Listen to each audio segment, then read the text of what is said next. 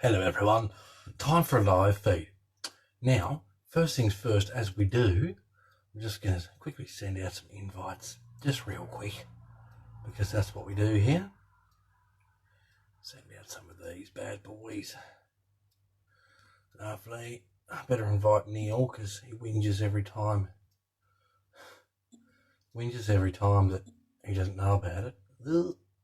So bear with me one moment. And there was someone else. Who was it? Steve. There we are. Lovely. Done. Back out of that. Brilliant. Steve's joined us. Jason's joined us. Dennis has joined us. Another Dennis is same Dennis. My bad. Jason, Steve, Dennis. Right. Lovely. Morning, lads. Or evening. Or midday, whatever time it is, wherever you are. Hello. I'm having some coffee, and then I'm gonna take some bolts out of my BC8, because apparently I was a little bit rough on it yesterday. I think I've slipped a pin out of my drive shaft. When I say I think, I'm pretty damn sure that's what happened. Rex White's joined us. Rex, mate. Massive thank you for sending me this magazine. Very much appreciated. It's awesome to have that. Robert Gollins joined us. I said Rex is with us. Someone else joined. Johnny Rains has joined us. Jamie Cox is with us. Thanks for joining, fellas. Much appreciated. So, for those of you that haven't watched the BC8 video yesterday, why haven't you watched it today? Whatever. Why haven't you watched it? It's awesome. Okay. So I took this beast out yesterday. Now, may have broken my toy. Okay? I know exactly what it is. So I'm going to just quickly pull the cab off this. I'm going to pull the little box off the back. I'm going to try and do it with all the stuff I've still got on my desk. Pretty sure I've slipped a pin out of the drive shaft, and it's my fault. What I should have done, and I'm going to show you the top tip, is cut a bit of heat shrink, big stuff, put it around your drive shaft where the retainer pin goes, and that'll stop this happening. So she drove back to the car last night, so that's good. Brian Potts has joined us, thanks for joining Brian. Lars has joined us, thanks for joining Lars. So yeah, just towards the end of the run last night, Ristos has joined us. Just towards the end of the run last night, I only had four-wheel drive, the back four wheels driving. I was like, what have I done? And I looked down through a gap, and I could sort of see this black thing wailing around like this. And it's like, I'm pretty sure I've just popped a pin out of the drive shaft. So, to be fair, given how I drive this truck, I should have broken a lot of parts on it. I mean, if you've seen the videos, I throw this thing off clips, and it takes it. We're getting smooches from Jason. Jason loves the smooches. Jamie's give us a shock face because I broke my truck. I did break it. I'm sure I did. Now, I've got to grab my little cross tool to undo the scale bolts. I'll quickly undo this and we'll have a look. Got to undo, actually what I will do, move that magnetic tray to the side. I will clear some space in this tray for these bolts that I take out. Now, I've normally got spare magnetic trays lying around for bolts and such, but I've got that many builds and stuff underway. All my trays are full of bolts. So anyway, I'm quickly going to undo the rear guards with my, you won't see this, tiny scale bolts. Cross gives you this tool for scale bolts, which is excellent. So I'm going to quickly undo these, if I can. Yeah, cooperate. My tool seems to be a bit rounded. It's done a lot of scale bolts, this tool. I've got another good one somewhere, but I might have to apply some of that. Lovely. So how is everyone? If it doesn't break, then you don't drive it. I think it's fair to say, anyone that's seen how I drive this truck, I drive it. That middle one's not a bolt, it's only the two. So that's why that won't undo. Look, I'm a bit tired, right? I didn't get much sleep last night. Okay, they're undone. Now, number two. Crap here everywhere, fellas, I tell you. Right, number 2, I'm just going to quickly undo this box on the back. This box contains, you can't see what I'm talking about. Let me see if I can rotate without wrecking everything. Right, so I'm undoing this box here. This box houses the fan and the optional winch that you can put on this truck. What tyres do you have on that monster? These are the factory cross tyres that come with it. It's, I think, the only truck I run that's got 2.2s on it. So bend that piece down out the way. That'll save me undoing another piece that I don't want to undo. Take this off. GC4M is ready for paint. Oh yes, that's right. Just waiting for the weather to warm up past freezing. Yeah, it's not fun trying to paint stuff when it's cold. Whereas I have the issue where usually it's too hot. Like the paint's dry before it comes out of the can. That's how hot it gets here. Are you happy with those tyres? Love them. They're brilliant. This truck's very big and heavy. I have to take that off. I forgot about that. These tyres are brilliant. Generally, I leave all my cross tyres on my trucks because they're brilliant. I have lately obviously started putting 1.55s and everything, and that's only for scale looks. But the factory tyres on a cross truck, in my opinion, are awesome. Right, so I'm just going to take my little fuel tank off the side here.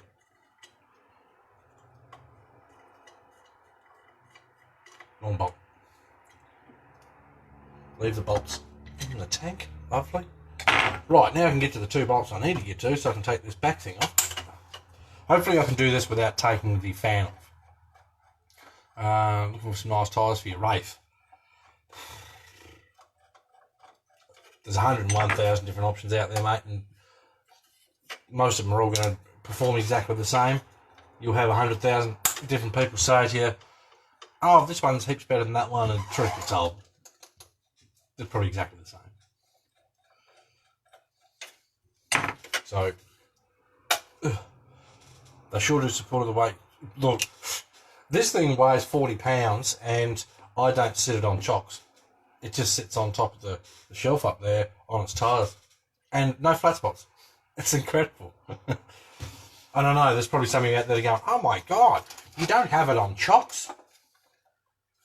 Nope. Now, something I've been hoping I wasn't going to have to do, but I'm going to have to, is unplug the fan. I say because there's a lot of wire in here. I need to remember which plugs the fan. There's the wire. I don't want to have to take all this stuff out of here. I'll cry. Tell you what I'll do. I'm going to crack 4 bolts. That's all that holds this whole cab on. 4 bolts, and we're going to lift the cab up and have a bit of a look. So Robert Summers joined us, and Mark Werner's joined us. Thanks for joining, guys. Right, so I need to bend that out of the way. Undo this bolt. This sort of wasn't a part of my plan for today's live feed. I was just going to work on the SU4C. I'm to the point with that truck now where I can put the electrics in, make it a runner. Lovely. I can make that a runner. I can also put in the tail light assembly, put in the front lights, and the truck's damn near done, which is awesome. I have been looking for drivers. Yeah, it's a heavy truck, dude. This thing's stupid heavy. Stupid heavy. But in a good way. Like it handles its weight really well. Oh, God, it is bloody heavy, this thing. Right, undo this one. I love how the electrics and stuff are set up in this. So I should, if I remember correctly, it's been a long time since I've had the top of this truck off, pretty much since I built it. Should just be able to lift this whole top piece up.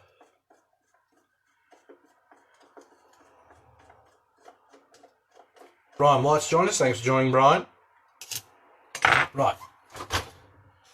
Moment of truth. Is my memory any good? Yes. Undo this door. For those that didn't know, look, doors everywhere that undo. These doors open, the fan doors open. It's just cray. As the kids would say. Right, I'm just going to push that that can just sit to the side. So, the issue we have is exactly what I thought.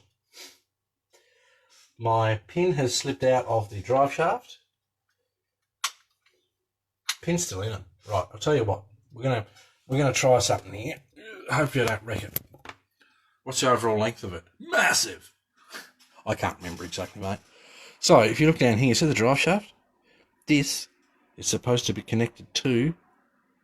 You can't see it. The light's not great. It's there, just behind the shifter. There you can see the drive shaft there, with the end of it. The little retainer pin's slipped open. If I rotate these front wheels, stuff's falling everywhere. I want to try and show you what I mean.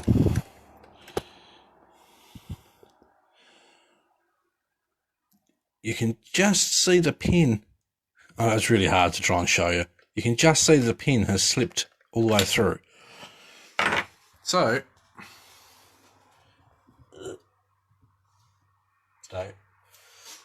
that's good in a sense. I know it's a quick, well, I say quick, easy. I know exactly what the issue is. I wonder if I undo that servo.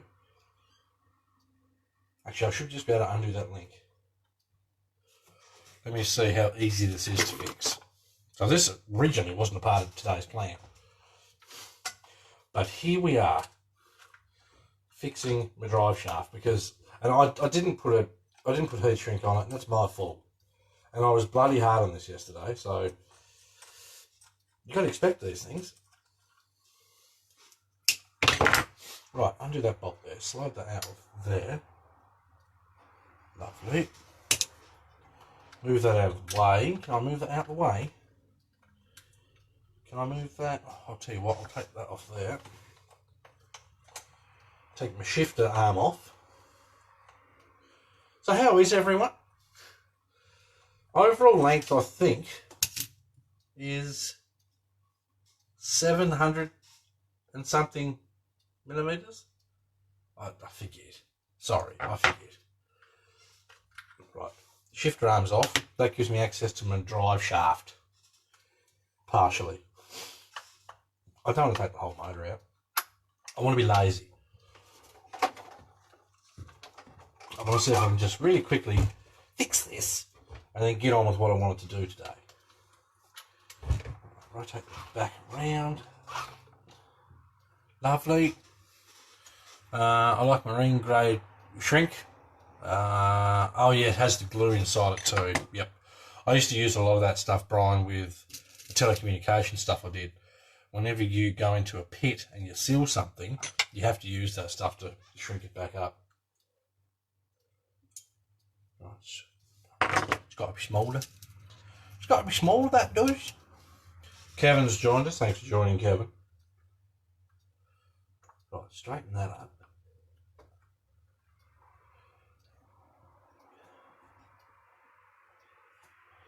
So bear with me. I'm sorry if this is going to be boring for a second, but there's sort of not much I can do about that.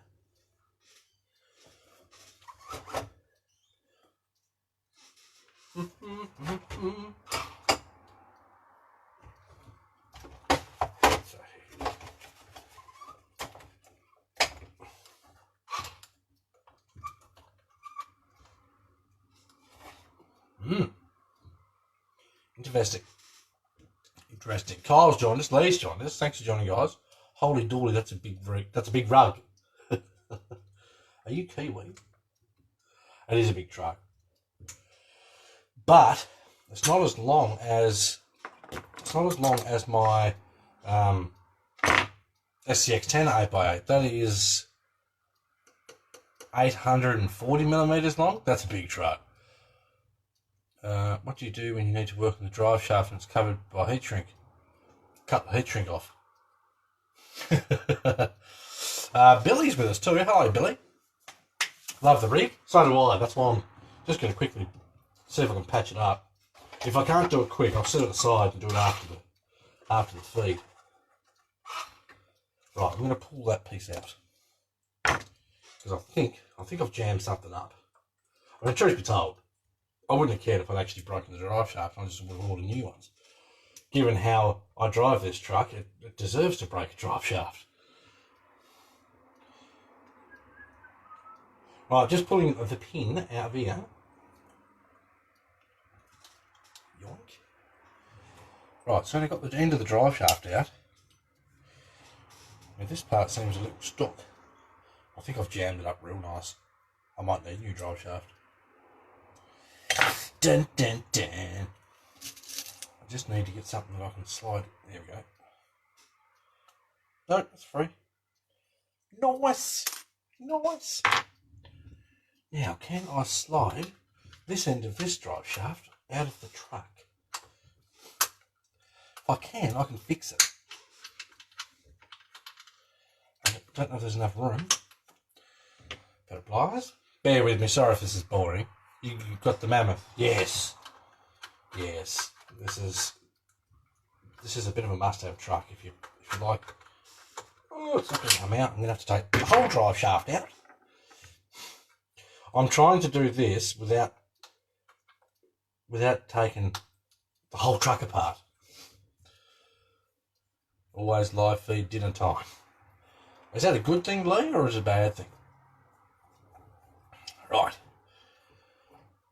If I missed any comments, sorry, I apologise. I do try and answer all of them. I do go back and watch these live feeds and answer stuff I've missed. Right, we'll take the whole shaft out. So that pin out too. That was positive sound.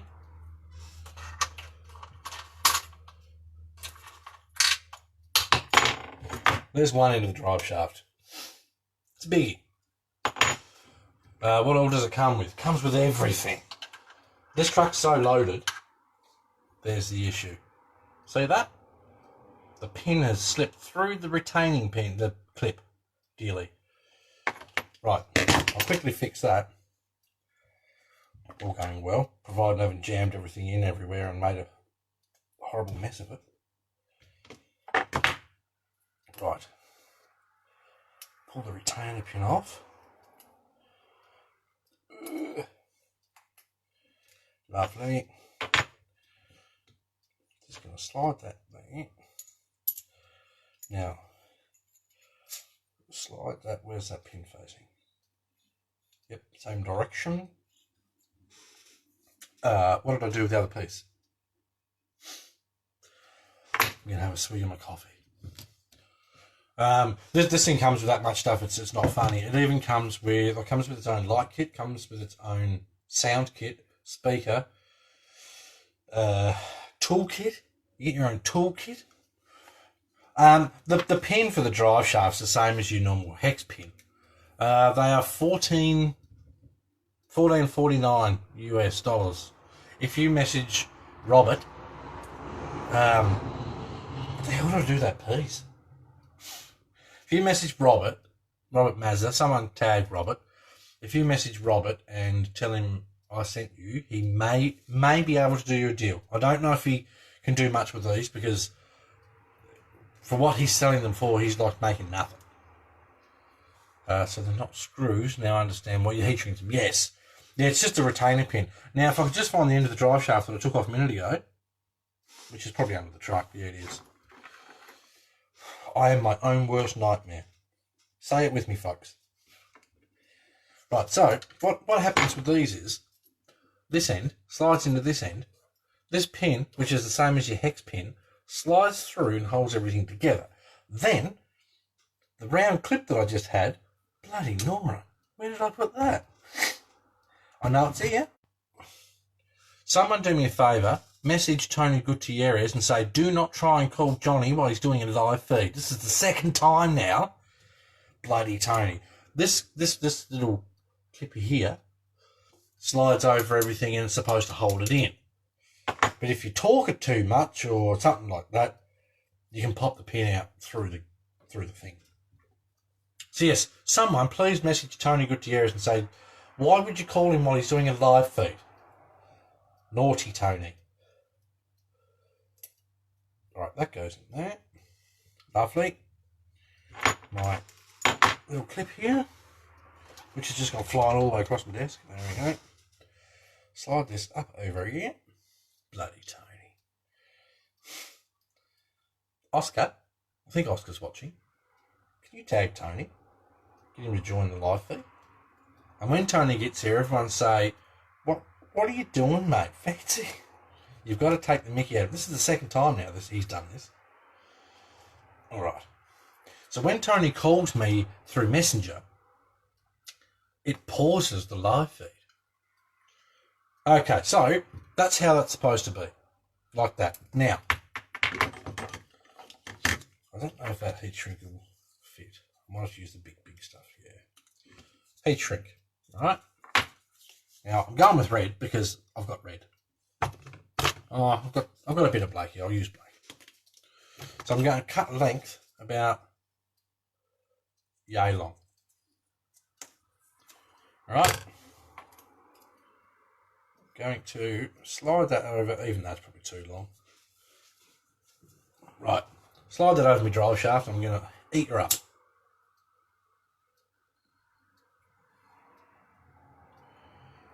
Lovely.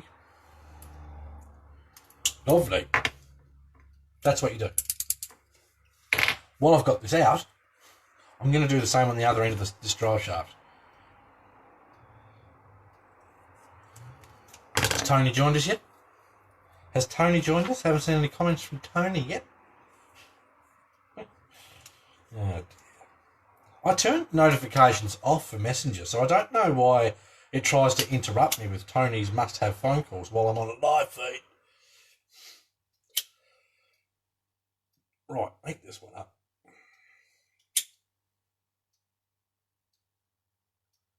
Lovely. Now I can line this up with that up. They sitting the same.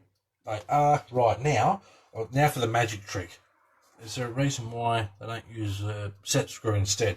They use a set screw in here which bolts to the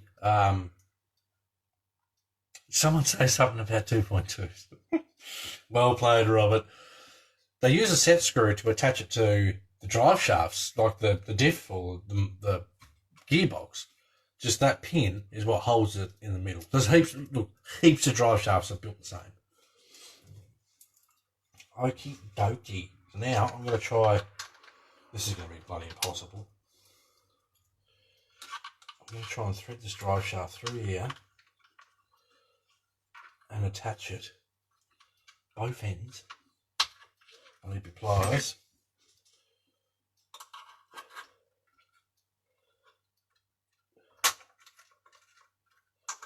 Right, that's slid over there.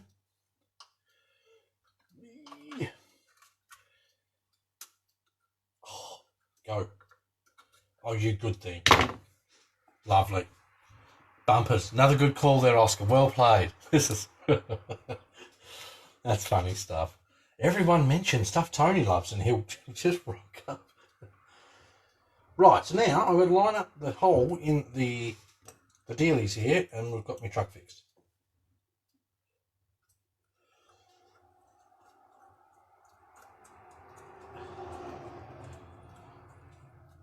I believe that's lined up. Is Tony here yet? I'll send him an invite. I did send him an invite. I'm sure I did. I usually do. Won't anymore though. Anyway. Something that surprised me actually. This truck's actually pretty easy to work on. That drive shaft needs to be rotated round one. To do that, I'll have to lift up all this stuff, spin the back wheels.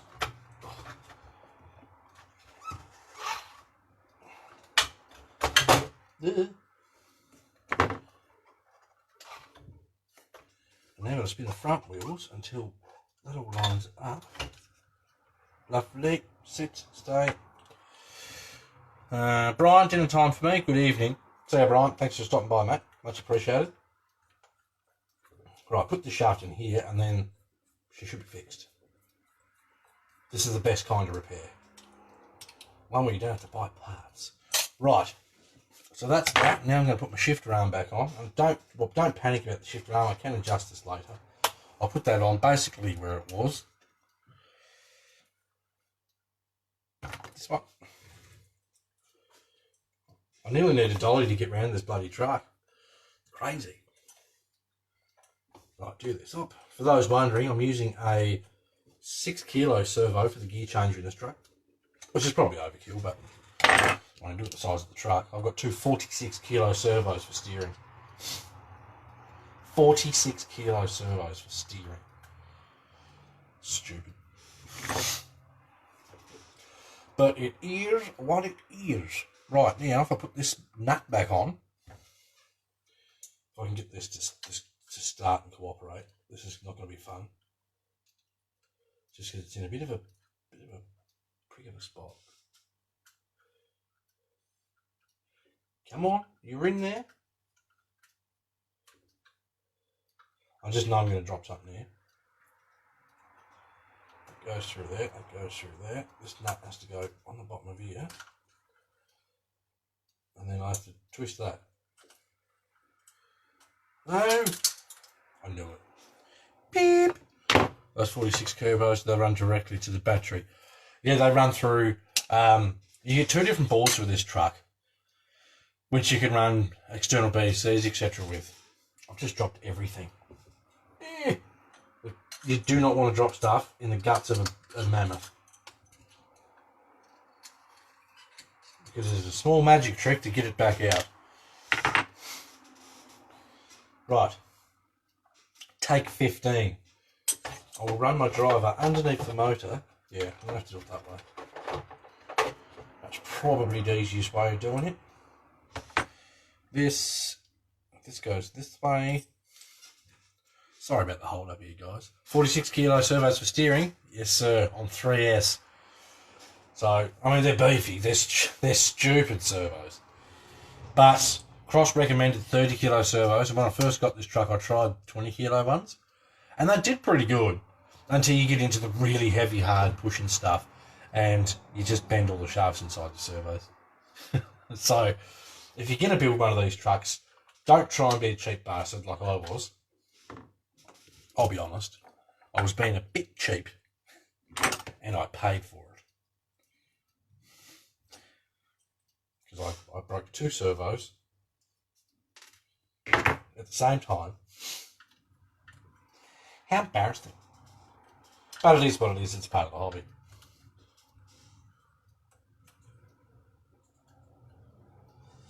There's like no room to play there.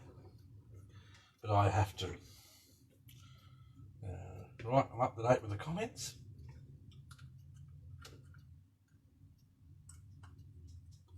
Got it. Awesome. Wicked.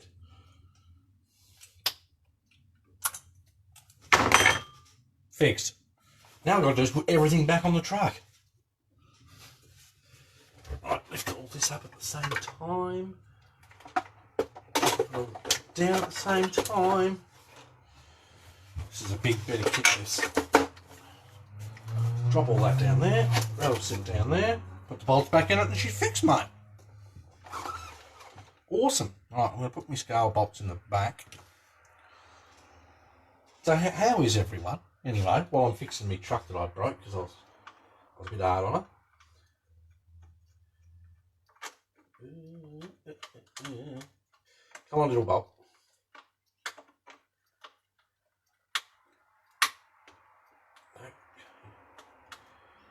There we go. Drop my tools. No Loctite on the shaft screws. Nope. And it's because they're 1.5s, Rob. Honestly, I would rather them fall out than strip them.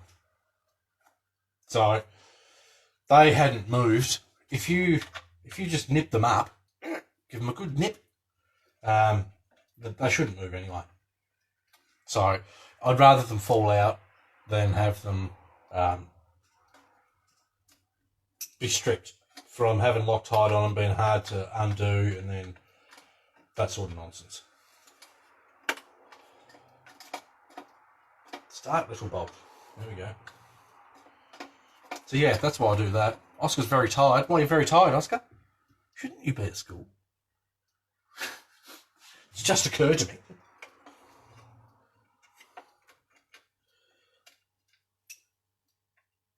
So bear with me a moment. Sorry if this is a bit rude. Me just hiding behind this truck trying to put a bolt in. With no success. There we go. There she started. Right.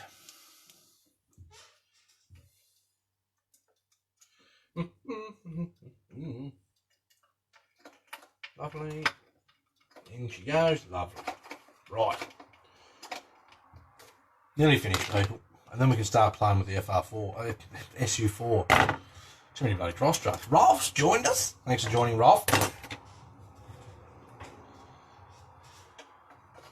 Okay, now I'm bolting on the fan piece again, the fan box. That's 4 simple bolts.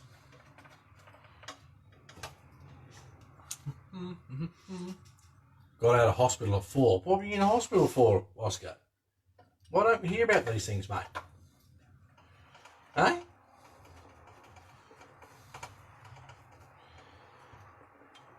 Right, now put 2 into the cab as well. Phil Turner's joined us. Thanks for joining, Phil. Much appreciated. Right. What am I hitting? What am I hitting? Right, we have to swing this around and make sure my wires are all where they need to be. Because if they're not, which they're not, they're all hanging out the side. Beep.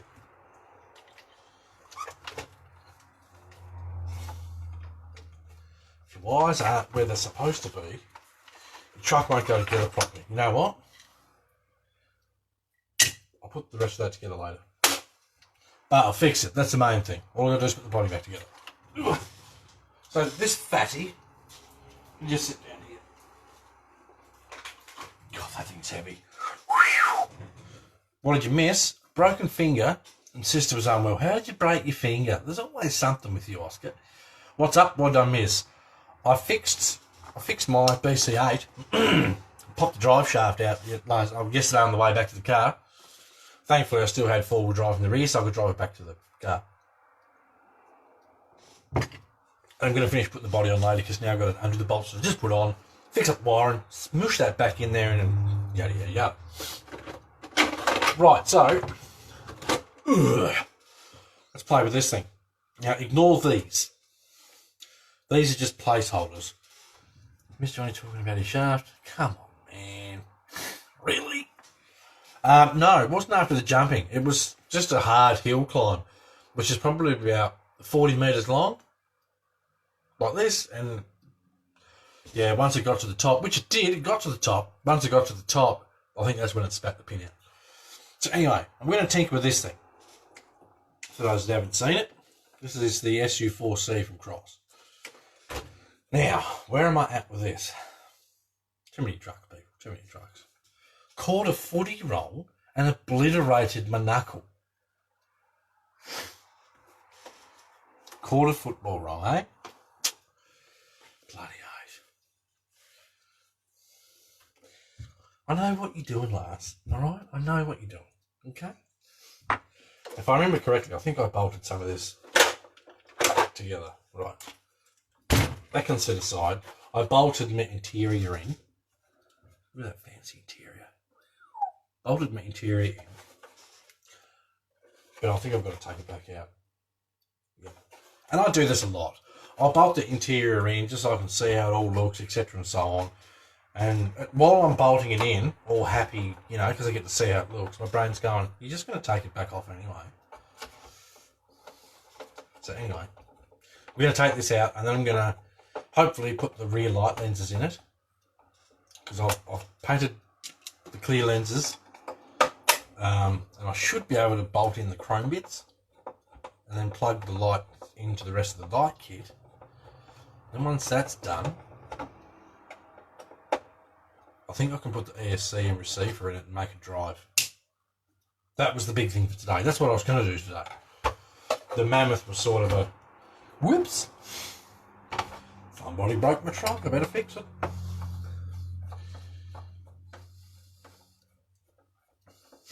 You're a worry, Lars. We're not stupid here, mate. We might look a bit stupid, but we're not. Anywho.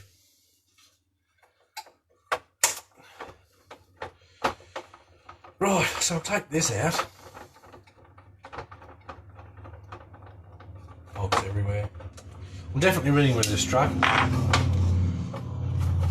What's holding it? I didn't bolt the back end. Did I? No. That's unbolted. That's unbolted. Yeah. Right. So that's where the interior is at. I may do a bit more on this. I know I'm going to add some more scale things.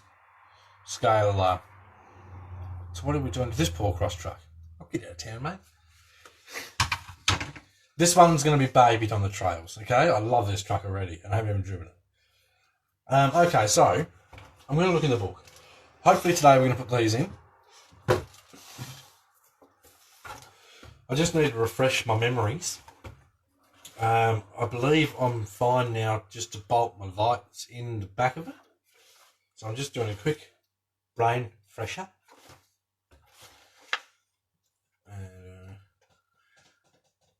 Have a hard body 80 series with the interior from a cross truck fit. The interior from these cross trucks essentially fit the chassis. So I don't know. It all depends on what the body is. When it comes down to it, anything's possible. How these dashboards are designed and how they go in the truck, I've no doubt you could probably glue these into one of those hard bodies or something like that, depending on the width of the body. You could make it work. It's just how much modification you're willing to do to make it work. Now I've lost my page. Right.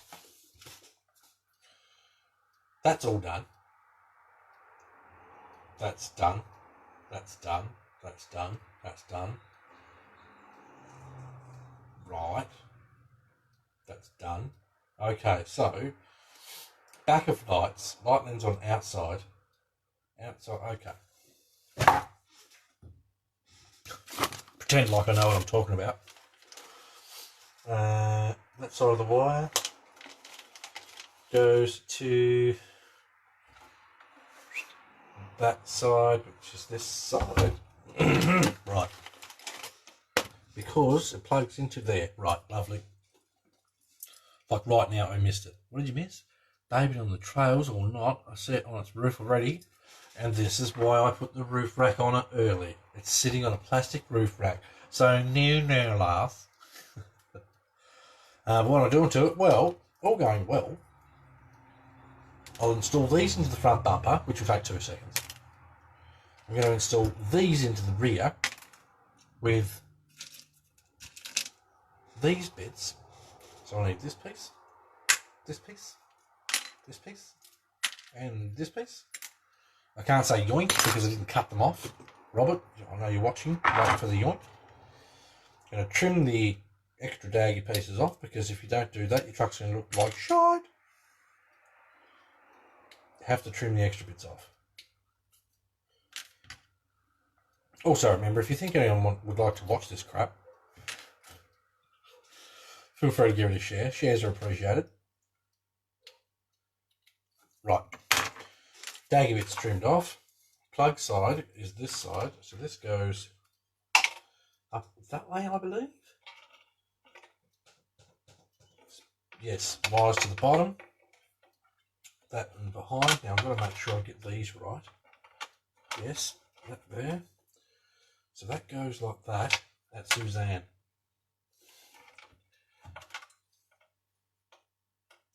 Right, that goes there, that goes there.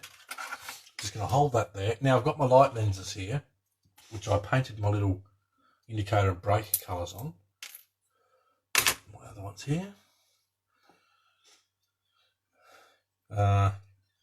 Yes, I love it. I hate those leftovers on the plastic. Yes. You're going to go to the G6 if it actually goes ahead. I promised Brian Parker that if the G6 ever goes ahead here, I can't really get it down, I'll drive the SCX 10 8x8 in it. If it's in Adelaide, I'll drive the SCX 10 8x8. If it's in Queensland or somewhere else and I've got to fly there, well, then I'll take a small truck. But yes, I'll go. It's getting to the point now where if something doesn't get confirmed and we go, yep, we're having an event, I'm just going to end up running my own event. I'll come up with some wanky name for it, and I'll go and talk to some companies, and I'll say, please help me. And I'll see if I can run my own event. Because we should have events here in Australia, I reckon. Okay, so these pieces, I know you can't see what I'm doing and I apologise for this. Oh, Tony's here, is he? Bloody Tony Gutierrez. Mate, the next time you call me during a live feed, I'm going to kick you out of the group. That's 2 times in a row now. 2 times.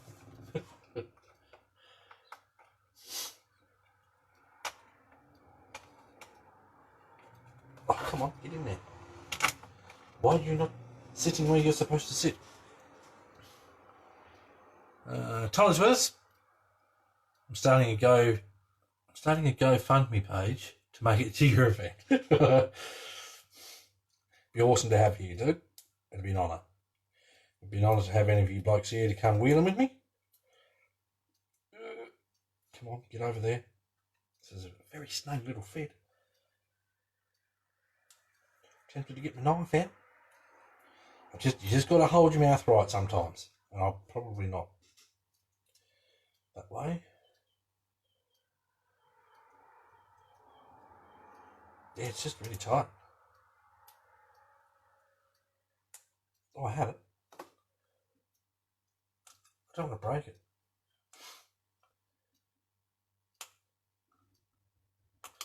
Yeah, I've got to trim some.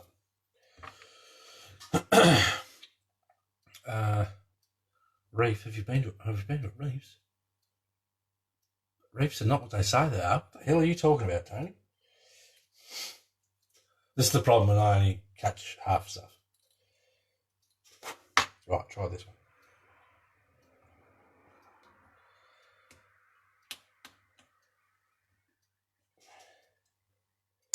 There we go. Check that out. How pretty is that? Oh, I love these trucks.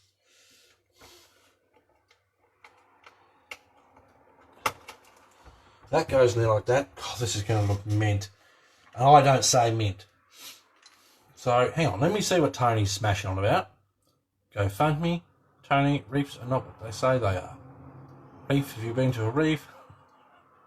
I sell my big wheels to come.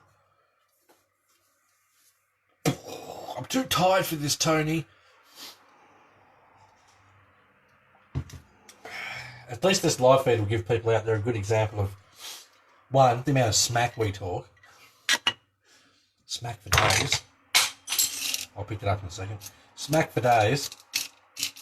And that we all have fun. And we all take the mickey out of Tony. Right, now, have I got the right bolts here? I should have. Unless they're those screws, aren't they? Yes, that's exactly what they're going to be.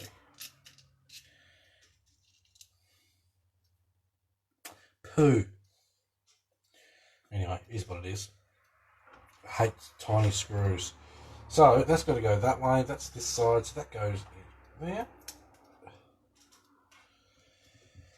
Now I need the world's smallest beeping screwdriver. Tony Power HDL Year Racing are more than good enough. I run Year Racing and everything, Tony, except for that stupid big thing. Dude, get Year Racing. That's just my opinion on it, and I only say do it because I do it and they work for me. I don't see the sense in spending a fortune on servos if you don't have to spend a fortune on servos. But you guys know what I'm like. You do. Right, that goes in like that. I am getting there. Michael's joined us. Thanks for joining, Michael. Much appreciated. It's definitely those screws. I hate tiny screws. them to pieces. I'm just going to have to use... I had it here 2 seconds ago, this one. Right.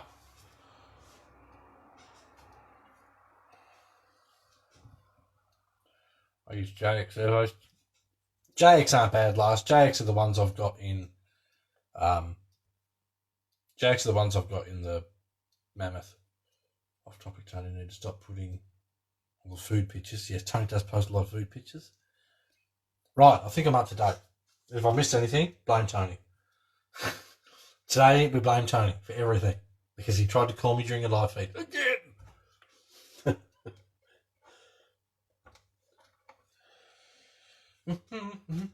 Can't find my little magnetic screwdriver, which I know is here somewhere, so I'm just going to have to use this crappy one and make it work. And if it doesn't, swear words will follow. You painted the interior and exterior the same colour. What? Are your eyes painted on, Tony?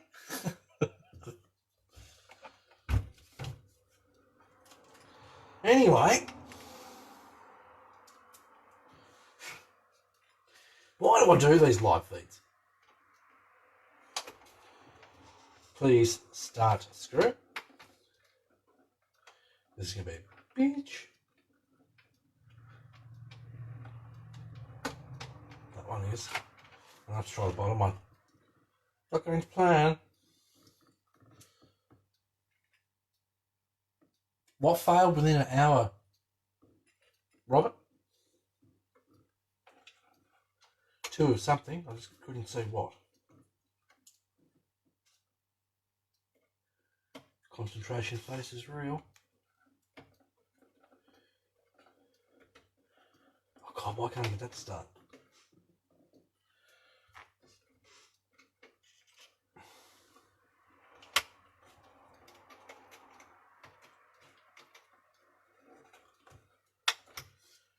Try now.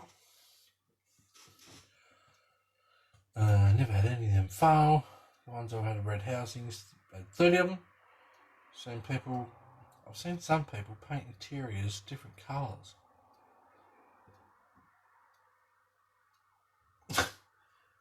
You've lost me, man. You've seriously lost me.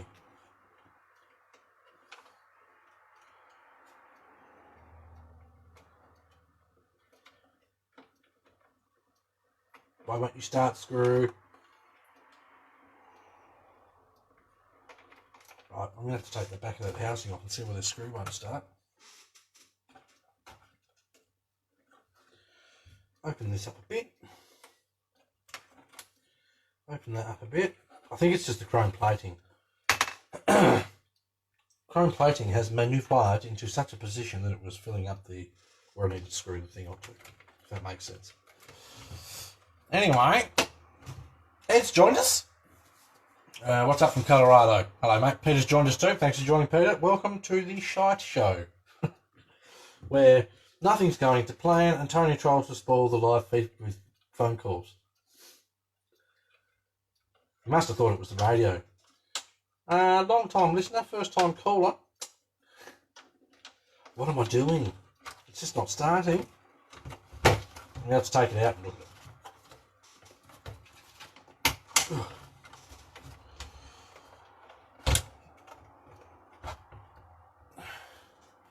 I can't keep up with your comments, lads.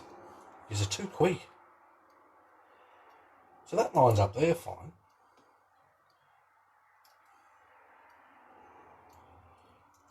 Is there some kind of blockage in there? There is. That's the issue. I have solved the McMystery.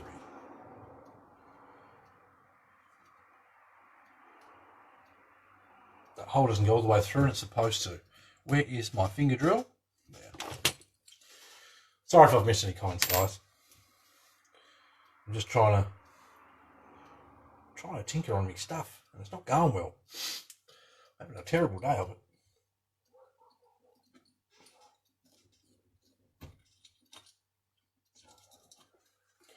Right, so that needs to go through there.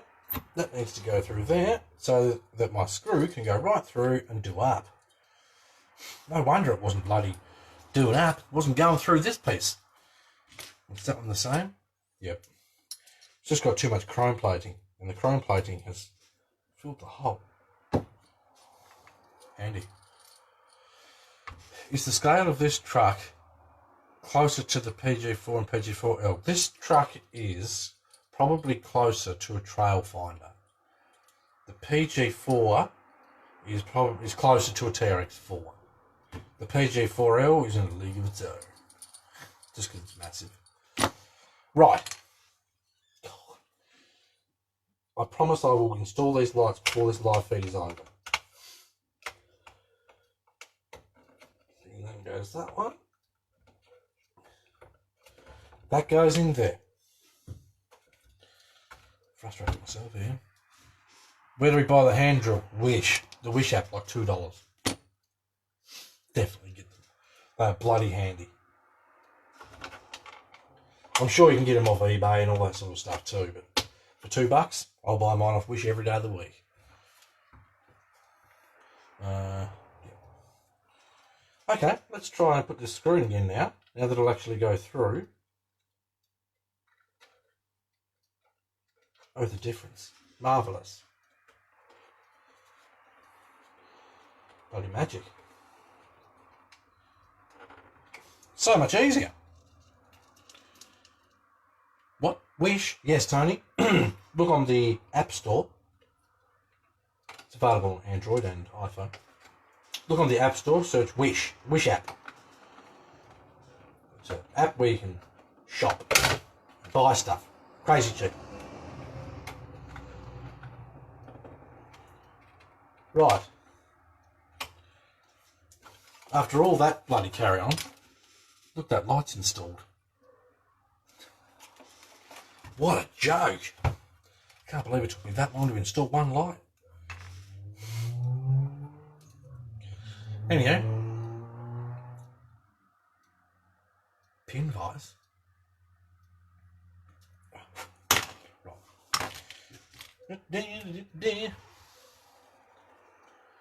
I know that mirror looks like a pancake. They bend straight back out, mate. Jamie, who seems to be the only positive person in the room today, says Schmick has. Come on, get over there. Cooperate before I swear. That end slides.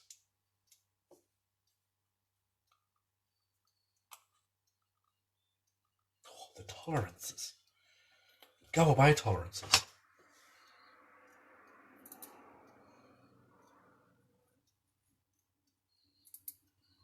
So if you build one of these trucks and you're having trouble getting these lenses on this piece, it's because the chrome plating is pretty thick on the lens, on the light surround, which makes it a bit tight to get the lens on. So, there we go. You take your knife and you run it around the edge of this dealie. Last, I just bought a hand drill, lol, $1.56. Cheap. Cheap, mate. Cheap is good. Before I do that, twisty, twisty. Twisty, twisty. Put that on the correct side. Oh, what a shambles today is. Neil's here. Hello, Neil. Welcome to the shite show, where nothing's gone right today. Get rid of some of that paint.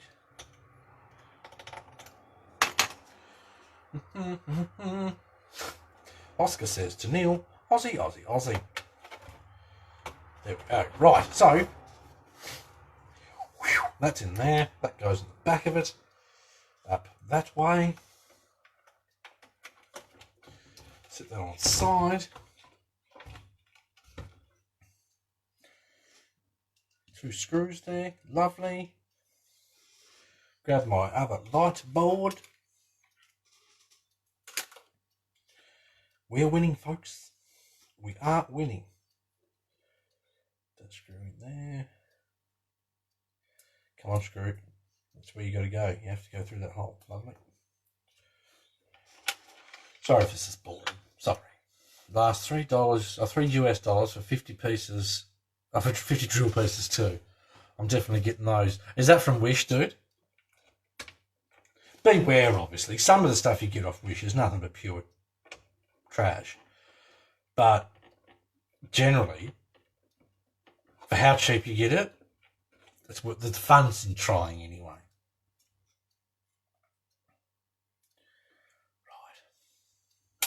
Right. Drop the screw. Good thing there's heaps of magnets in the back of this truck. Dropped it again. There it is. eBay. What do you want shoe glue for, Tony? I don't know if I want to know the answer to that question.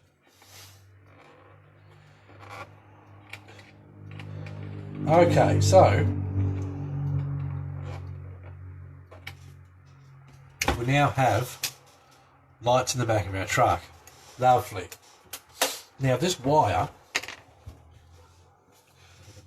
is to come up here and plug into here. What I need to decipher is where I'm going to run the actual wire. Positive, negative, that side. That plugs in there. Lovely. Tell you what, actually no, I'll just use more stuff. For gluing wires to the body, I'll just use super glue. I only need a dab. Ed White keeps breaking rod ends. Ed, I'll tell you what you need to do, mate. You need to wind your end points back. Did I miss the comment there somewhere? Did I, Robert? Sorry. Scrolly. So I keep breaking rod ends. Rod ends? Like actual rod ends, or you mean your CVDs?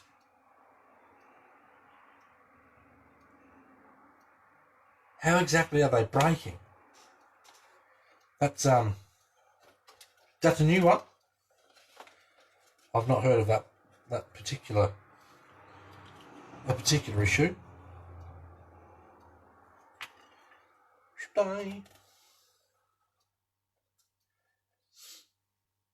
Yeah, so if you could let me know, it's on the rear links. How? Like, how? Right at the ball end.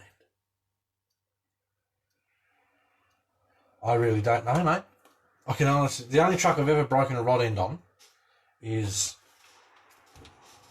that one, and that was because I bashed the shit out of it over rocks.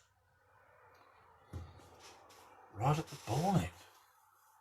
How many have you broken?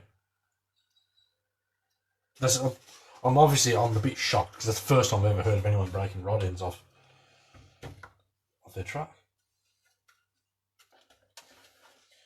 So if I run that along there, I could probably sneakily run that along that door line. Yes, I think that's what I'll do there.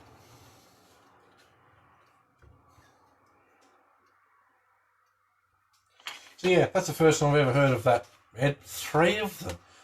Okay, being honest, like really honest, how hard are you on your truck? Yeah, and does your suspension move freely? Because I've never heard of anyone breaking rod ends on the truck. Like, not on a Demon. So yeah, quite the surprise there, mate.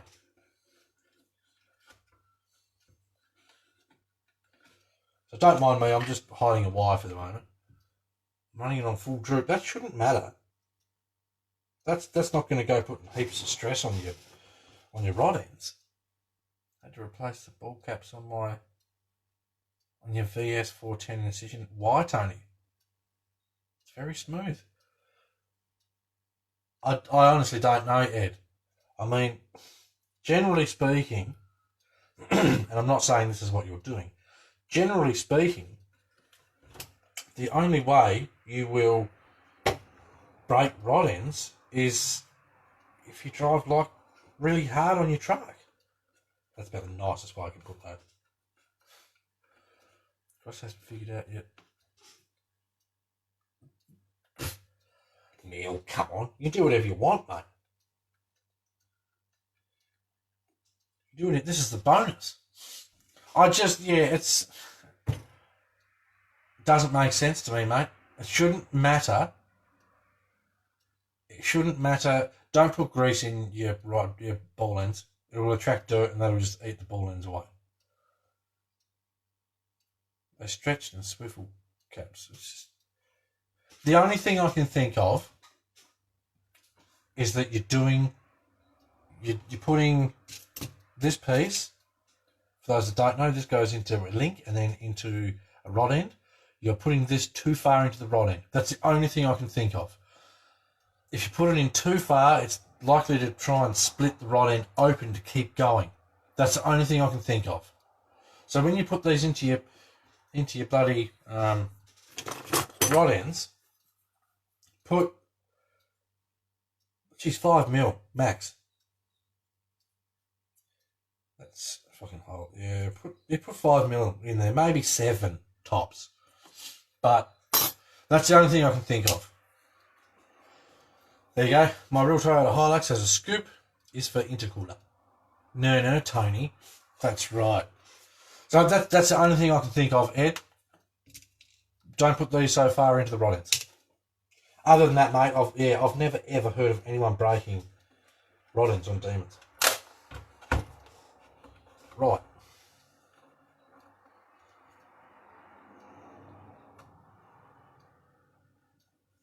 So I'm just hiding my wire.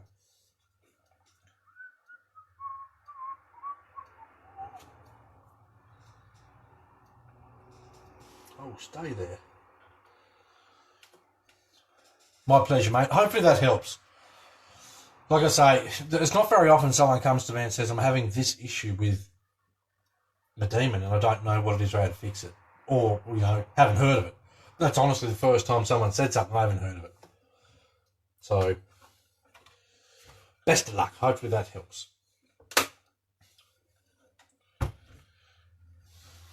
Just going to maneuver this around.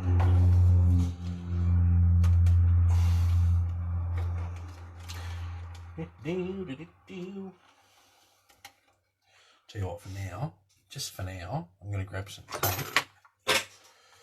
What rod ends do you like? What rod ends do you like for brushless bashes? Depends what the truck is. That's a pretty open-ended question. Generally speaking, I'll run whatever the truck comes with. If it's a Traxxas, I'll run Traxxas on it. I'm not one of those people that are just going to go and buy, example, I'll go and buy a Slash. I'm not just going to go, Slash rod ends are shit. I'm going to go and buy someone else's rod ends and change them all. Drive the truck until you break it, then buy the parts. That's the best way to do it. That's my opinion anyway, for whatever that's worth.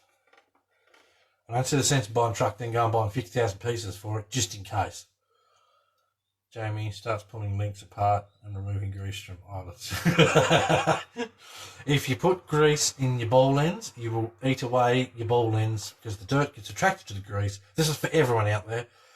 The dirt gets attracted to the grease, gets in there, and then it's essentially like having toothpaste on your ball ends. So every time your suspension moves, it grinds away your ball ends. And then all of a sudden, your diffs will be doing this everywhere. And you'll be like, those ball ends are shit. It's not the ball ends. It's because you put stuff everywhere. So I won't tell anyone, Jamie, that you are now removing the grease from your ball ends. Lol. Anyway, look, we've all done these sorts of things. I'm sure at some stage I would have done it too. And then, every 3 months your truck's smashing through ball ends, you're like, what's going on? I'd rather have squeaky balls last, rather have squeaky balls than greasy ones. Can't help yourself.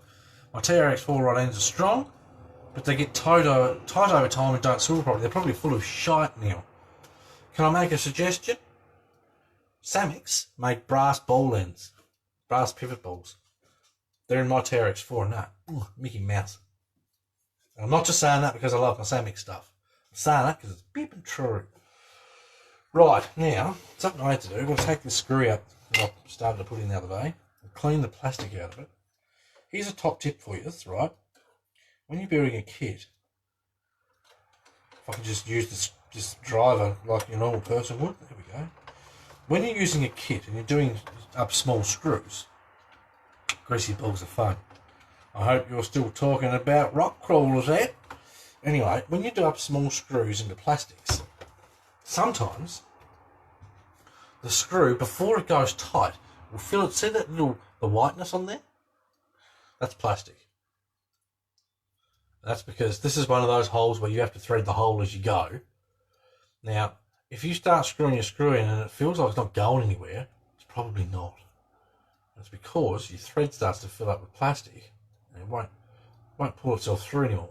So you back the screw out and then clean out the thread. If your fingernail won't do it, use your X-Acto blade without stabbing yourself in the face or the fingers.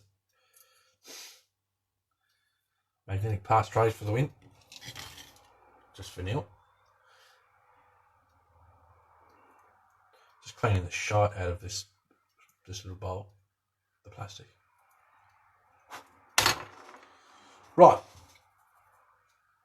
I probably should have turned my fan on because it's getting a little bit. It's getting a little bit warm in here. Now hopefully that'll just go all the way in there.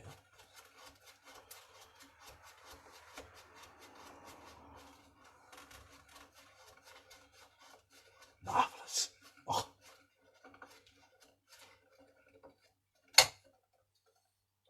Bit more. So yes, I don't know if this has been a boring live feed. I know we've taken the crap out of Tony, but he earned it. He deserved it this time. With these bloody phone calls and nonsense. Okay, light kit is installed. Something else I have to do, move those to the side. I have to fit these two little lenses to the grill.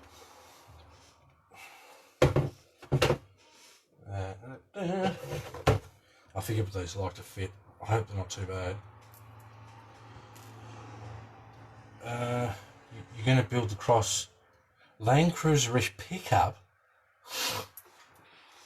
Jeez, you're worrying, Neil. The SP4, I believe, is the... Is that the one you're talking about?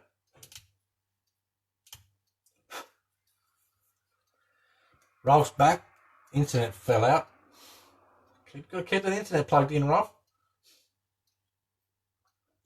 Is that the truck you're talking about, Neil?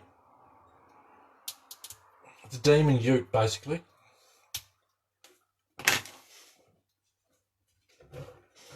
Right, now I've got to double, triple, mega, ultra check this because these have got a notch out of this end of the light, so you have to make sure you do it right. If you don't, swear words will follow. You missed everything. Yep, all the fun stuff. Johnny reading books upside down and everything. Okay, so they go to the outside. Offline. Now, do a little test fit with stuff like this. I'm just going to give that a little shave. Little shave on the outside of that plastic, because otherwise I've got to put it in with glue on it. Here we go. Here's a good tip from Johnny. Don't grease your balls, Ralph. Yep, true story. Don't grease them. Remember that one time Tony was sitting here asking me if I've tasted grease? And then saying, taste it, taste it. The shit that happens on these live feeds.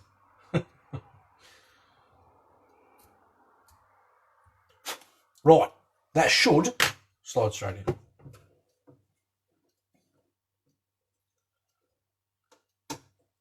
Lovely.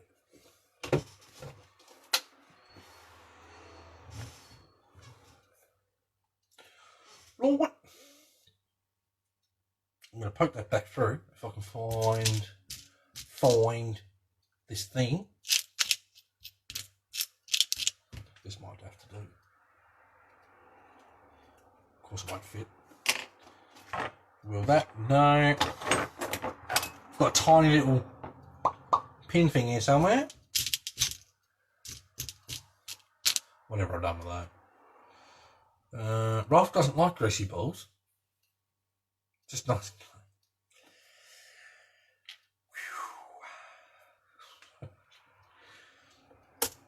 There we go, came out. Good. Lovely. You guys crack me up. Right, so I'm going to apply the smallest amount of glue to this lens. I'm going to push it in where it goes. Like, yay. Oh, brilliant. Now I'm going to trim up this one, make sure it's going to fit. Haven't missed any more funny comments from Lars. Bet you're sitting there cacking yourself laughing. I can't believe how many people are sitting here watching this nonsense. Oh, good fun. All a part of the fun of RC, I suppose. So, who watched the 8x8 video on YouTube? Will this car float? Speaking of cars that float, I accidentally knocked the blower off the monster truck. I didn't mean to. So I've got to glue that back on. Smashed it clean off the bonnet. 5 o'clock. Told you it doesn't take long, Tony. The amount of time it takes you to call me while I'm on a live feed, this grows back. Don't call me when I'm on a live feed. People get angry, Tony. Right, so now we've got these little lights here in there. Okay, they're in there. We've got our rear lights in there. Okay, now there's only brake lights in these, which I'm happy with. Then we've got our headlights there installed. That's damn near done. The body's, I'm pretty sure the body's pretty well done. Once I bolt the interior in and my brain says, you are happy with the interior, you are not going to change it, I will bolt the interior in with these holes here. And then there is these, that's protective blue coating. You peel that off. There's 2 sheets of checker plate that goes along the side to hide the bolts. Tony, I didn't even realise you were doing a live feed. I invited you, Tony. I invited you. You should get a notification. Haven't seen the last one, but did see the purple cross. I like how you did it in real time instead of slow-mo. Look, I like to mix it up. Something I'm going to do, actually. Remove this bonnet and suss out why that's so bippin' tight. There's a bit of tightness here, and I think I know why. I think it's because my paint's so thick. I think these 2 little pieces on either side there drop down in here. It's because the paint's so thick, it's causing it to grab too tight. So I'm going to peel a bit of paint off the inside of here, just quickly. I so want this truck, says Tony. It's a nice truck, man. Buy it. Awesome. I'm just going to take a smidge off here. Now, I don't care about taking a bit of paint off this part because it doesn't really matter.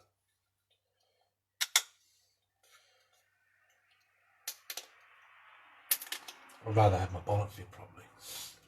Install an LS motor under the hood. Why? So I can put more oil in it than petrol. My brother had a Holden Ute, Tony. It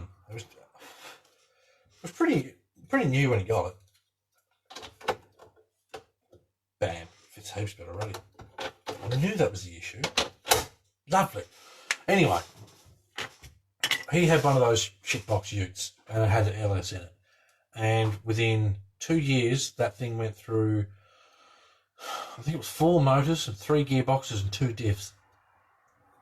They're all LS motors, Tony. All LS. And they put 2 variants in it. After they put 2 of the motor it came out with, they put the next gen motor in it, and that still just kept shitting itself. Love the hood scoop. So do I. How about that demon lettering? Excuse all the fingerprints on my fancy paint job. Okay, so that's fixed that. Happy with that. The light gets installed. Right, so this can sit to the side for now, I think. Wrapping my head around all the stuff I've got to do. So that sits to the side.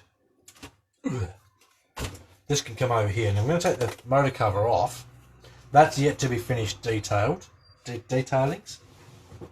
But anyway, take the motor cover off. Neil, they're shit, mate. My sister's partner had one too, had the same sort of ute, and that thing used more oil than it did petrol. LS motors are shit. Sorry, true story.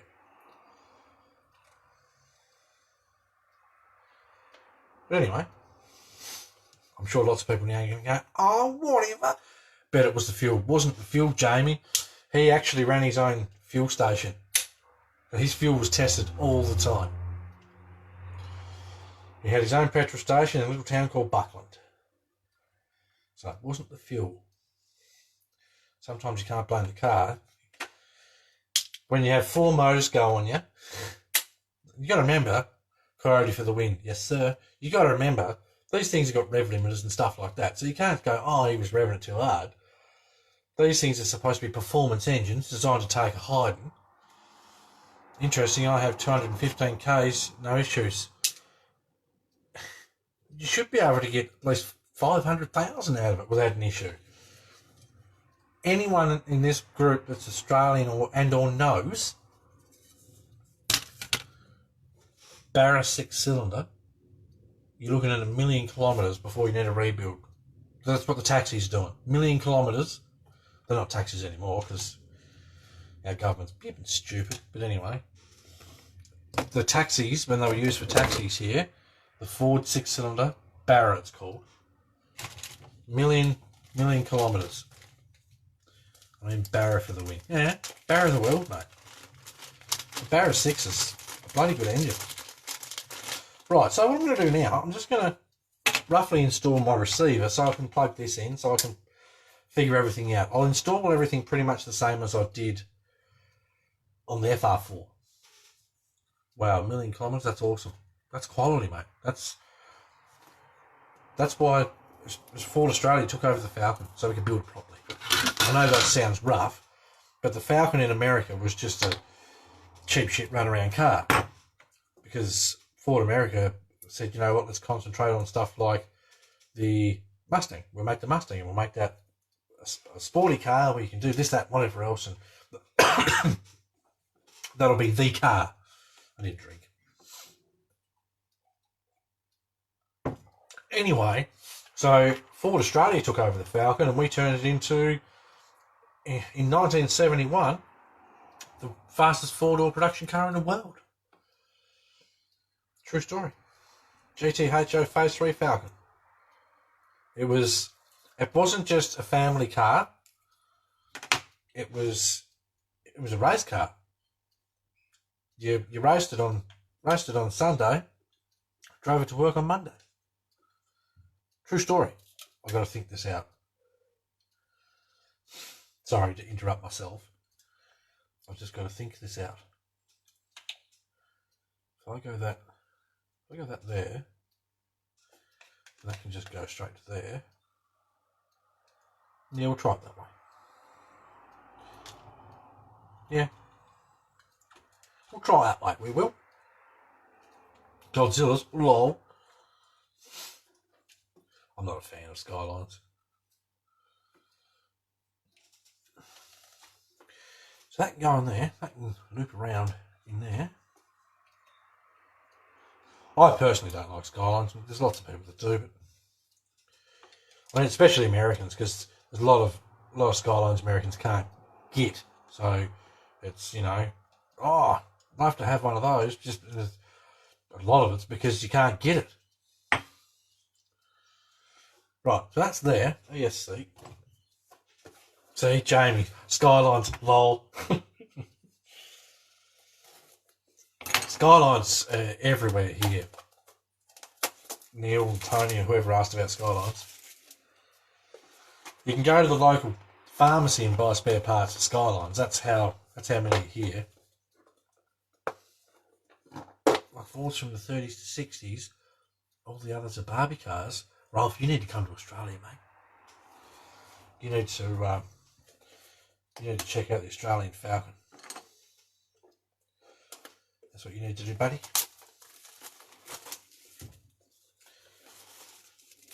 Right, so now I'm gonna. Is this boring anyone or what? Because every drug dealer and his missus has one. A Skyline, yes. And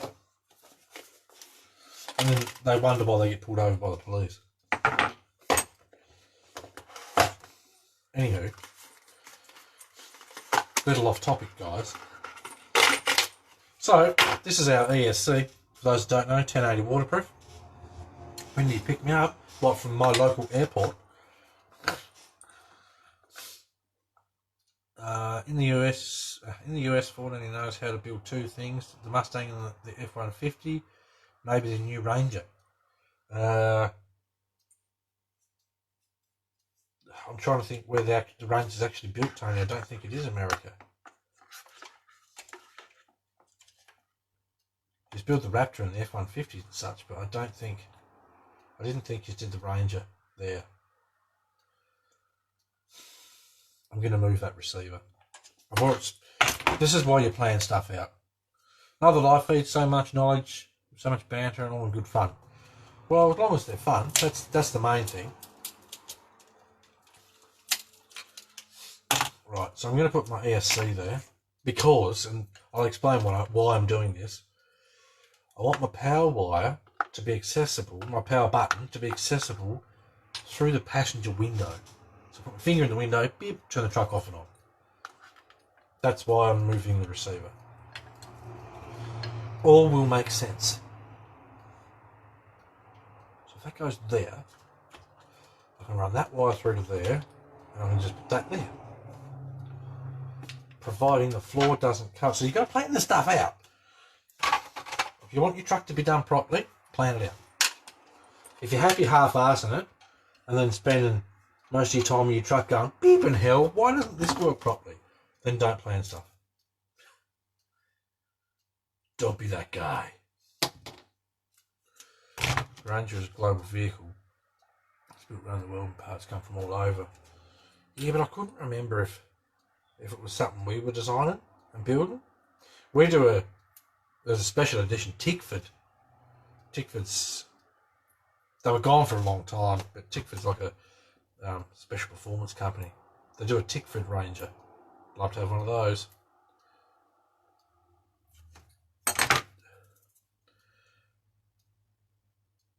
Was the ESC small or your hand's huge? Could run away with that one. A little bit of section A, a little bit of section B. Long. Right, so I'll give you the measurements, Ralph. That ESC is 3 centimetres. I'm guessing 3.5. Yeah, 3 centimetres by 3.5 centimetres. Johnny's like Popeye, don't give him spinach. Anyway, so this is what we're going for. Now, obviously, that one's going to stay there. This wire will be hidden under this, so you won't see it. So, with the body sitting on, I should be able to reach through the passenger window, turn the truck off and on. All right. So from the outside, you won't see that switch, which is lovely. So now I'm going to run my servo and ESC wire across to the receiver. Yeah. And then this will be tucked in underneath there. I'm going to cut this stupid plug off and solder on a Dean's. And then I'm going to cut these other stupid plugs off and solder on a Dean's.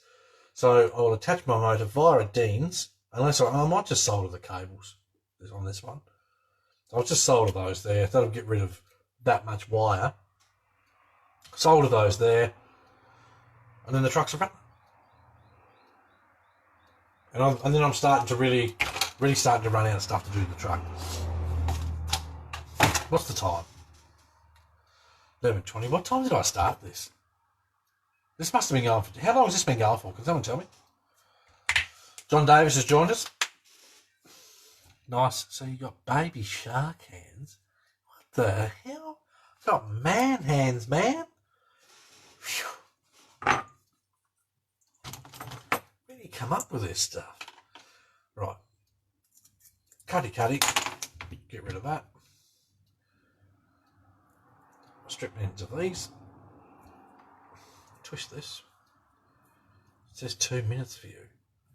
John Davies, an hour and 25 minutes, has it? Okay, never mind, John.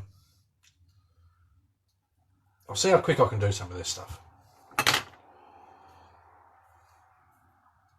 Right, so that's stripped, ready for Dean's. We will get rid of this, about yoink. Then I'll cut the other one the exact same length, exactly the same. I'll strip that. I'll strip this one. Actually, no, I have to strip those further back because I'm going to twist the wires.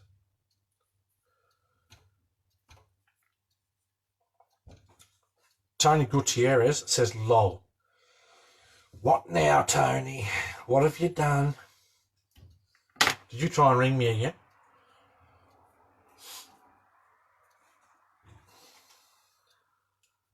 I think one was 1 mil longer. No, it's perfect. It's perfectly the same.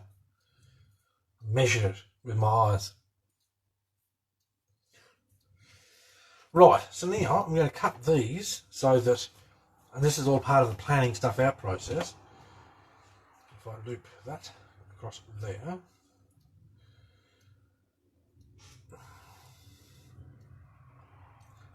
Cut that there. I can run that to there, and then we just got a small loop to tie up. Hope this works. Now I'll cut this one exactly the same. This one, make sure I grab the right one. Chris has joined us. Thanks for joining, Chris. Good morning, he says. Morning, mate. Don't expect too much out of this live feed. It's been nothing but a shambles the whole time. Right, we'll strip that back. About, oh yay. All the while I should be heating up my soldering iron. Just wait till you see my dolphin feet. We have covered everything in this live feed, ladies and gentlemen. Everything.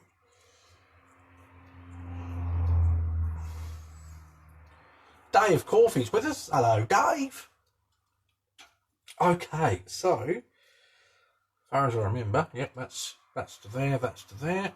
Lovely. I need to plug my soldering iron in, because otherwise there's going to be a 20-minute wait for that to heat up. Doesn't take 20 minutes. No such thing as a bad live feed. Geez, that's a bit of a, maybe if you're vaping. Vapors, eh? Bloody vapors. I'm actually prepared to solder today. Try not to fall off your chairs. I'm actually prepared to solder.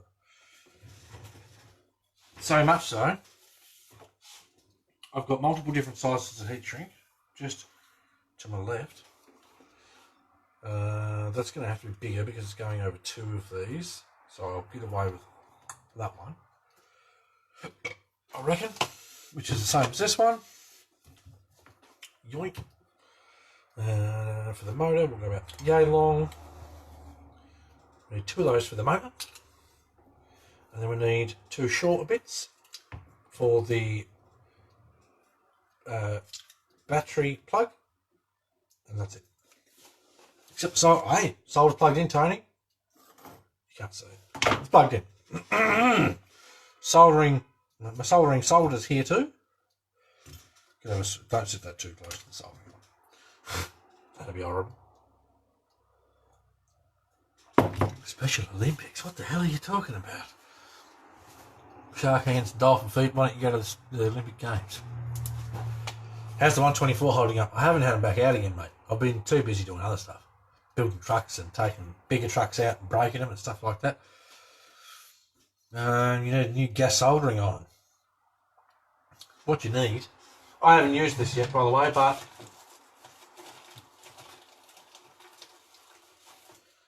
you need one of these. This is a basic portable soldering iron. Runs off 3S battery or your car battery. That's what you need. Just putting it out there, mate. I will get off my butt and make up the cable for it. But that's what you need. It's on my list. Right, so, and I've got some Dean's plugs here. Okay, brain. I need a male plug. This is how we'll test to see if my stuff is up to stuff temperature. Why do you guys watch this shit? What's what called? It's called a portable soldering iron, Lars. My actual soldering iron is called a El Cheapy McCheapo that outlasted the expensive soldering irons I've bought. So I just don't see the sense in buying any more expensive ones. That's not near hot enough yet. That's just going to drop. Search for cool iron. Cool iron? What? Yeah, raising portable soldering iron. That's still not hot enough yet. It's not getting me plug hot enough. Ralph needs one too. They're handy for the trails. I mean, if you've got a 3S lipo truck or whatever, you got a spare lipo in your bag. You just plug. You use the pieces it gives you to make your own little plug that goes from the solder to your battery. So you can just plug it into your 3S. It takes, I think, 30 seconds to heat up to the temperature. So that's full temperature. So that's what you actually need. Well, I'm waiting for that to finish warming up. I'm going to slide this heat shrink on here. I'm going to slide this heat shrink on here. That'll be our heat shrinks for our battery cables. I'm not going to do the motor ones yet because I want to tin those first. Come on, solder. Now it's starting to get there. Lovely. Rotate that. So I'm going to tin my Dean's plug.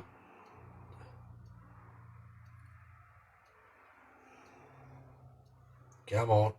Don't feed it too much too quick, otherwise it will just fall off. There we go. Lovely. I can drop on the bench and just cool down. Now, I'm going to move my shoulder over here. What is this extra battery you speak of? Well, it could be this one. It could be this one. It could also be this one. Or this one. There's a lot of batteries up there. You can't go wheeling with one battery. You can't. Okay? You think you can, but you can't. That'd just be silly. Right, so anyway, I'm going to tin the motor wire, not the motor wires, the ESC battery wire. So I can put that Dean's plug on it.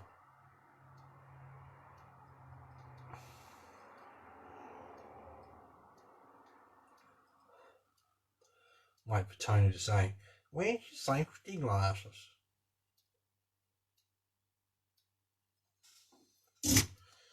Right, that's tinned.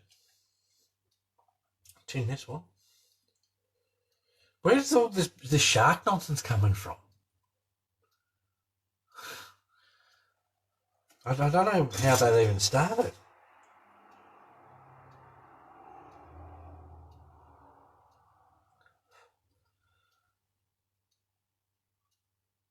Alright, that's tinned.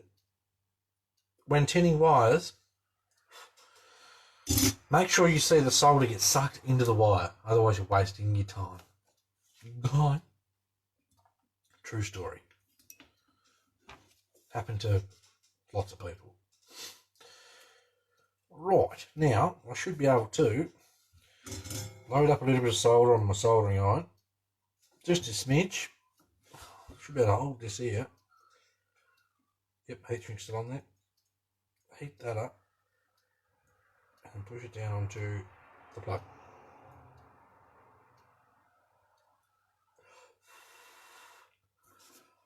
Lovely.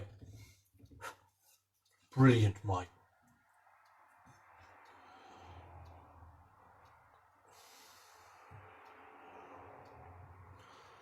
Tighten that up a bit, and I should be able to do the same with the power solder vaping. Right, load up a bit of solder, not much, a little bit.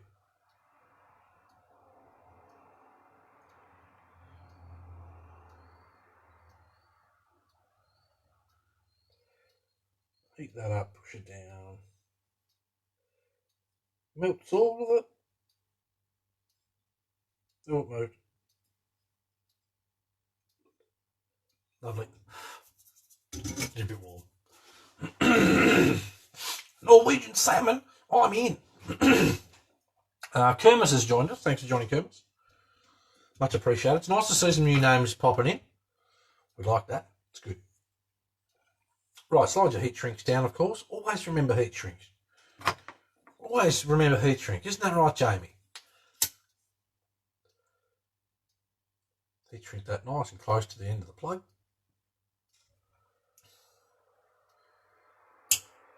Lovely. Now we're running a proper battery plug. Lol. I'm going to see if I can twist these. I don't know if I'll be able to. Might have to open them both up and twist them together into one. I'll be able to get that. Right.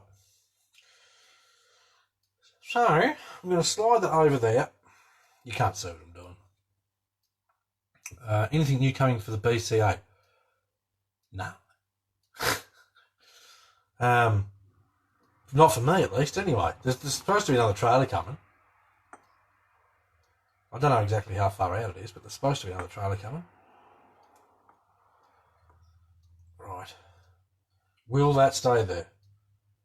Tell you what, we might just be lucky here. We might be. I hate soldering thick wires.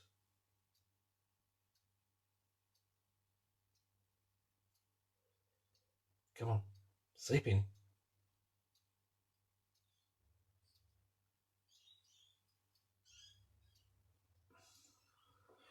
Bear with me here, people.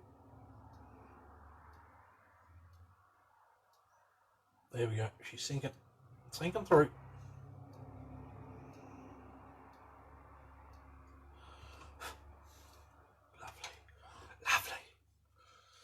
Lovely. So, Cross makes a trailer. Will they release a trailer first?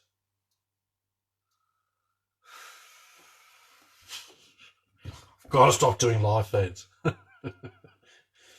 Bloody oath, Lars. You're worried, mate.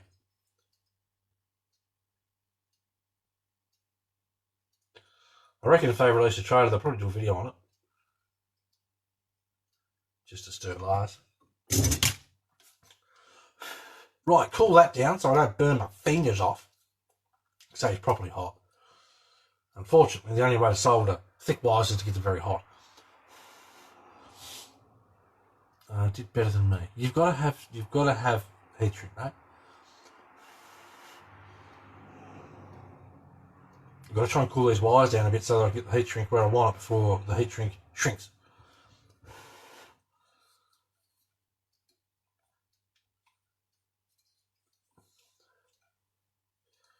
Come on, what are you getting stuck on?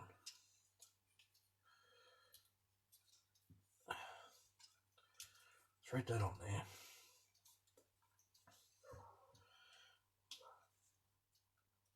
This is the worst part about doing it like this. Because I've made everything so close, it's hard to get your heat shrink to cooperate. There we go. Lovely. Hello, Robert Mazza. Thanks for joining, mate. You missed all the excitement. I fixed my BC8 that I broke. Rob didn't know about that, by the way. Didn't really break it. I just popped the shaft out of the drive shaft. Right, that tidy, that'll do. That's fine. Shrinky, shrinky. So we're just working on the electrics rod for the SU4C. Right, that's that one. I'll move that interior off there so I don't wreck it. Slide that one over here. And test my luck again.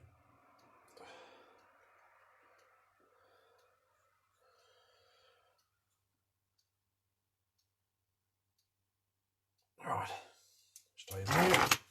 Lovely.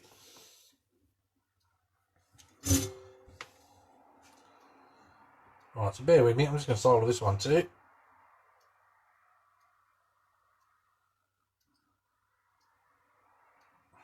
Making sure the solder goes all the way through. Because if it doesn't, you'll have a shitey connection and stuff won't work properly. Come on.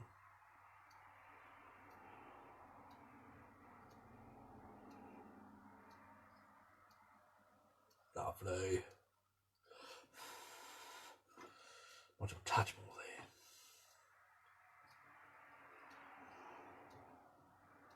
Good stuff. Rolf's off, is he? Got to go to bed. See you next time. Thanks, mate. Why don't you use connectors on the motor? I usually do. But this time, I'm not. Usually last, what I'll do is I'll cut those connectors off anyway. And I'll put on Dean's plug. And I'll Dean's plug the motor. So that way, if I want to change motor type, etc., then it's rather easy to do it. You just unplug your motor, pull it out, and then plug your next one in. But on this one, I thought, you know what? Let's do it a bit different. This way I can show people the proper way of doing it. Just wanted to rub in that he can solder better than me. Well, it's just repetition. If you want to get good at soldering, repetition. I used to work at Autobahn installing car stereos. I did a lot of soldering.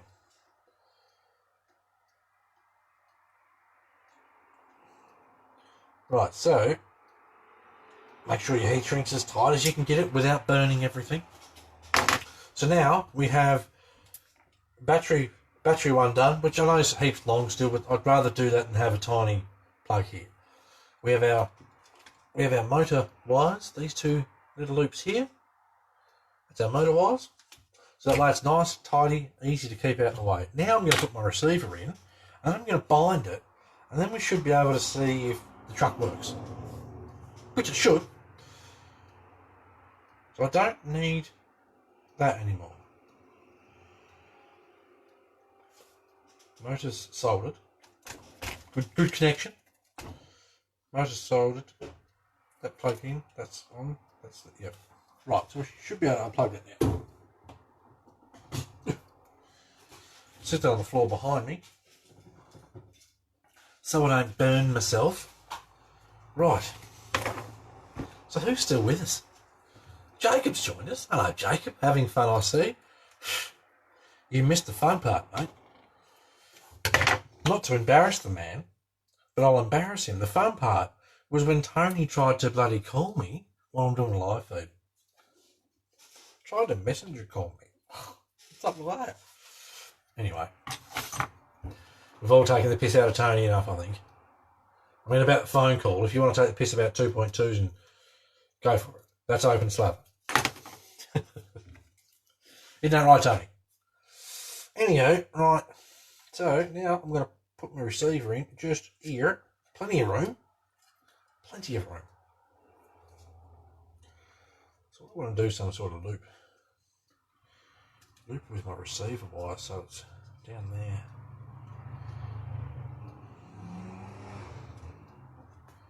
Actually, I'm going to tape it down with my tape that I had before. Now I can't even see it. There it is. Look out, Aaron's joined us. Thanks for joining, mate.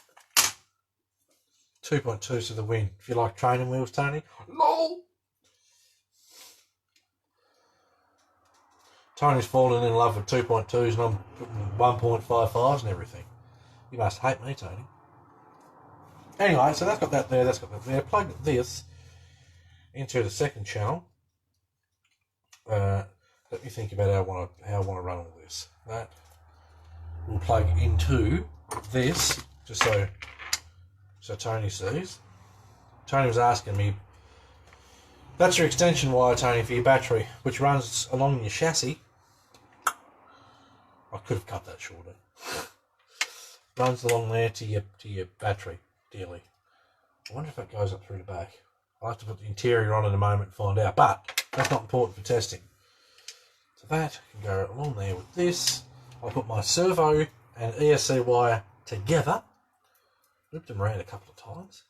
This is just for tidiness, cleanliness. Right. So, channel 1, that one. Channel 2, that one. Lovely.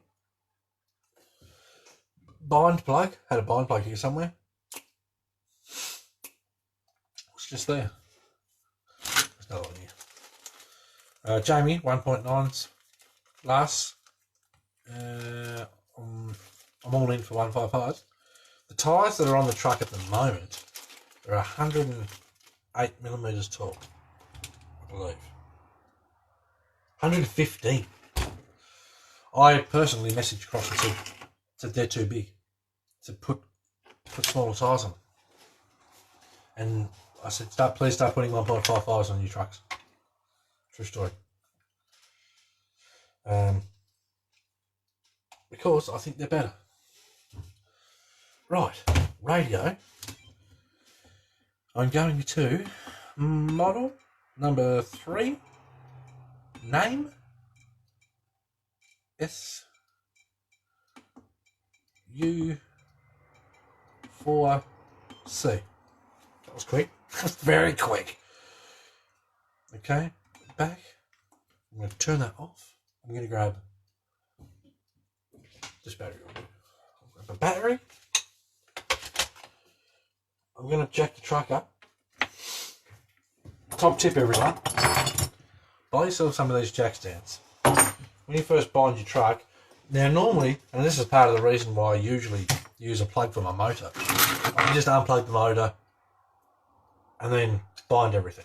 But because I've soldered it, because I'm a clown, using these jack stands lifts the truck off the ground, so that way, should the truck want to take off, it can't. Safety first and all that. Right.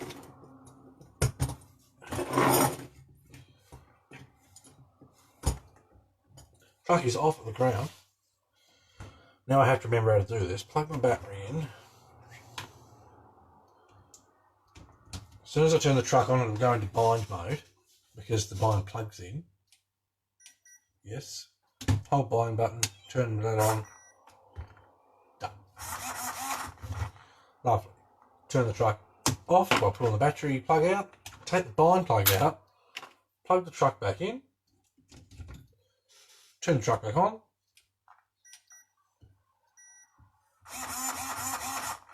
Need to reverse that servo. Done. How brilliant are these radios? This is the GT5. This is the GT5 Fly Sky radio. How quick did I just bind that,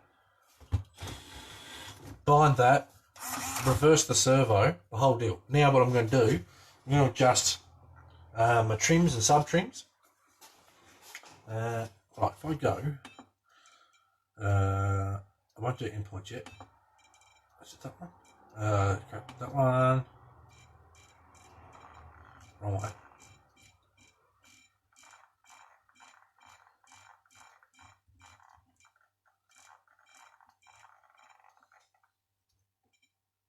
Right.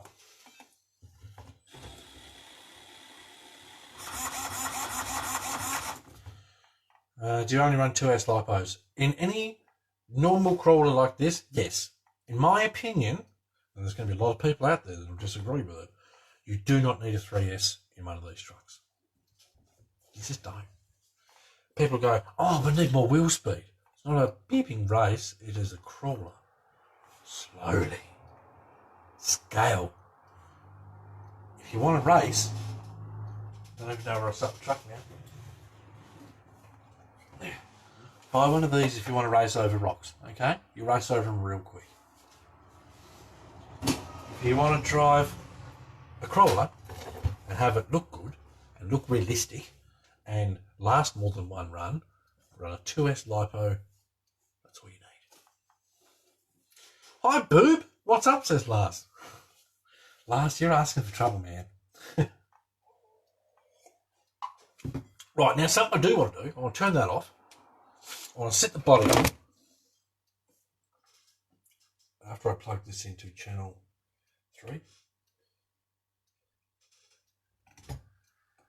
Channel 3, yep. I'm just going to set the body on top. A bit hosh posh. Bit of a messy way. I can't even set the bonnet on it because I've got the motor wires poking out. Let's just pretend the bonnet's popped, you know, because he wants to work on it. Right, if I turn the truck on. Ta-da! So we've got these little lights here working. We've got the 4 lights there working. And yes, we've got both of our backlights working. Oh, and the light up dash. All right. Don't normally do this. Take that bonnet off. I'll unplug my light. Actually, bear with me, people. Trust me, this is worth it. I also have to check how much phone charge I've got left. Not much. How's that light up dashboard? Yeah? What do you think of that? So we've got our lights there. And then we've got our light up dashboard in there, which is pretty dang nice. And then we've got the shiny brights at the front.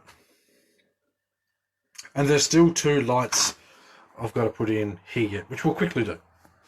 And then we're probably going to call this a day because my phone's gone flat. Let me see if I can plug that in. Lovely. Wicked. Right, bear with me one momento. Yoink. Stay. Okay. Right. Now, same as the FR4, how quick and easy was that to just rig up the ESC, the servo, the light kit, bind it to the radio, reverse the channel, set the thingy. Something I will show people, you have to know. I'll undo this. There's only one wire that goes from this body to your receiver. Brilliant. Right. Endpoint time. That battery's probably not going to sit in there while I do this. Good thing this cord's really long. Okie dokie. So, endpoints for dummies. Not even dummies, really. I'm just being silly. So if I turn hard right, okay, that's hard right. I can't see if I'm maxed out or not. I'm going to go into my radio and I'm going to go to EPA setting. I'm going to pick channel 1 because that's my steering. I'm going to crank it all the way up. All the way up to 120. Right? All the way up. Is that maxing on the differential or what? That's just touching it. So I've probably got the perfect length bloody servo horn for this thing. EPA. 120. There, right. Now, you probably can't hear it, but when you crank this all the way to the right, the servo starts to go. That's because it's overextending, right? I don't know if you can hear it. I hope you can. If your servo's going when you fall off, it's overextending. Not only that, you don't need to be that greedy with steering angle. That's at 120. I'm going to knock this back. Channel 1. Knock this back to 100. Oh, I didn't do it. Hang on. 100. You got to push the button. no noise. That means the servo's not overextending itself. Does that mean that our endpoint's perfect? Well, I'm gonna have to look at it this time while I do it. That's pretty close. So I'm gonna actually wind it back a bit further. Channel 1. 95. I'll go 90. What I'm looking for, lovely. What I'm looking for is the gap between the actual diff casing and the knuckle. I want about 2 millimeters. 2 millimeter gap between them. I don't want them touching. I don't want to hear my servo going bzzz because it's trying too hard. I want a gap. That's plenty steering angle for a truck like this. Plenty. That's the quick and easiest way I can explain endpoints. I know Lars, you're probably sick of hearing it because I've said it on here a lot. But there's a lot of people that just either don't want to listen or would rather have something to blame for their truck breaking if they break it because they didn't set their endpoints right. Well, anyway. Oh, I love how these trucks drive.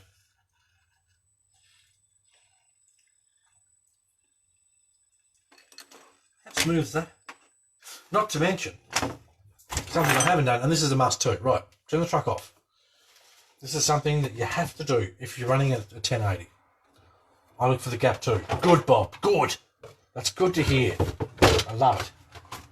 Right, with your 1080 waterproof ESC, unless you got ripped off, or you bought, I think there's actually a cheaper version that doesn't come with this card, you will get a program card.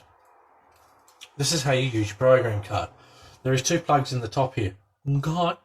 You want to plug your little wire here into the one that's got 3 symbols on it. One's got 2 symbols, a positive and a negative. The other one has a positive, negative, and a signal sign, which is like a squared off U, right? That's for your white wire. Every time I try and set my EPA, right, is it a TTX 300? Because I've got it up here.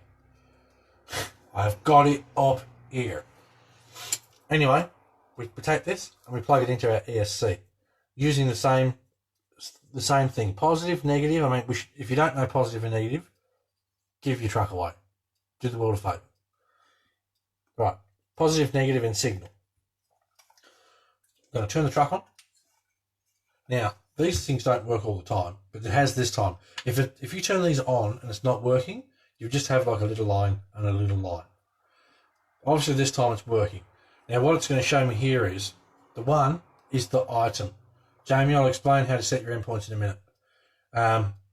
Item number 1 is the first thing on the list. This second number is which option for the first item. So you want to go through item number 1, running mode. Forwards and backwards, forward, reverse, forward brake, forward reverse brake, or forward reverse. I just want forward reverse because it's a crawler. I don't want to have to double tap for brake, double tap for reverse, or that nonsense. So if it's going in a crawler, always have option number 3 for running mode. Push the item button, it moves down. Second option is battery type. You can either have LiPo or nickel metal. We're going to go number 1 because we've got LiPo. Third is cut off. First option, disabled. Second is auto low. Third is auto medium, which I think medium's about 3.6, low's about 3.2, something like that. Or low's 3, medium's 3.2. You'll soon figure it out. If you're not sure, leave it on the factory setting, which is number 3. Okay? Leave it on that. So I'm just going to leave it anyway. Generally speaking, I can take one of these cross trucks out with a 4,000 milliamp hour battery and get well over 2 hours with it. So, option 4, initial start force. If you're going to have this in something like a basher or something like that, go maximum. I'm going to go initial start force, 0%, because I want it to be slow. Oh crap, I've gone past. What was it for? Item, value, initial start force, what, 0? 1. 1 for 0. Lovely. Maximum forward force is the next option. Maximum forward force, we're going to crank that to 100%, which it should be on, but it's not, which is done. But anyway, right, lovely. Now, the rest of the options are on the back. I'm quickly going to smash through them. That gives you the idea. Reverse, I want 100% on. Yep. Oh, hang on, bear with me. Sorry if this is boring.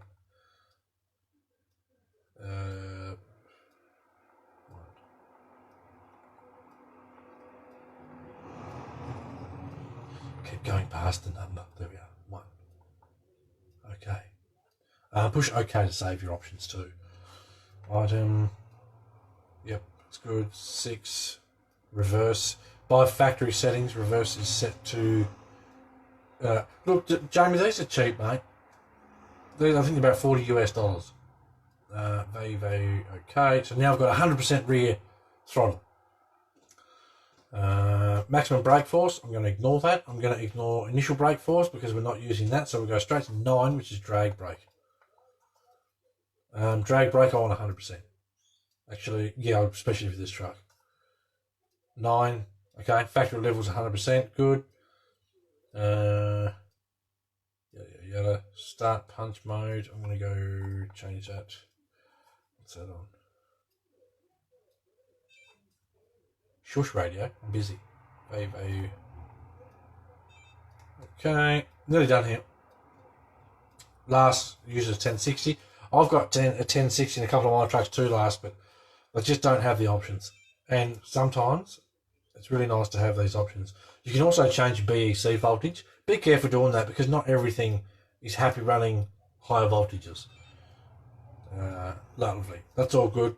As soon as you push OK, it saves all the settings you've done. So now, turn the truck off, unplug this, turn the truck back on. Lovely. And I should be able to. So now we're getting the same speed forward and backward. Make sure you set that because it's really annoying when you go out and sometimes you need to go flat out backwards to save yourself, right? If your truck starts rolling over backwards, you go flat out backwards, you bring it back down. If you've only got 25% throttle and you go flat out backwards, sometimes it's not enough. My digger's got 6 of the 1060s. It's a good option for those. It's a damn sight lot cheaper than those. When I did that digger I did last, I bought those stupid tiny little German ESCs. They are ridiculously expensive. For a little chip like this, what was it? 80 something euro delivered? It was like 115 Australian dollars delivered. For one little servo, for one little ESC that's like this big and it runs 2 rams. Crazy.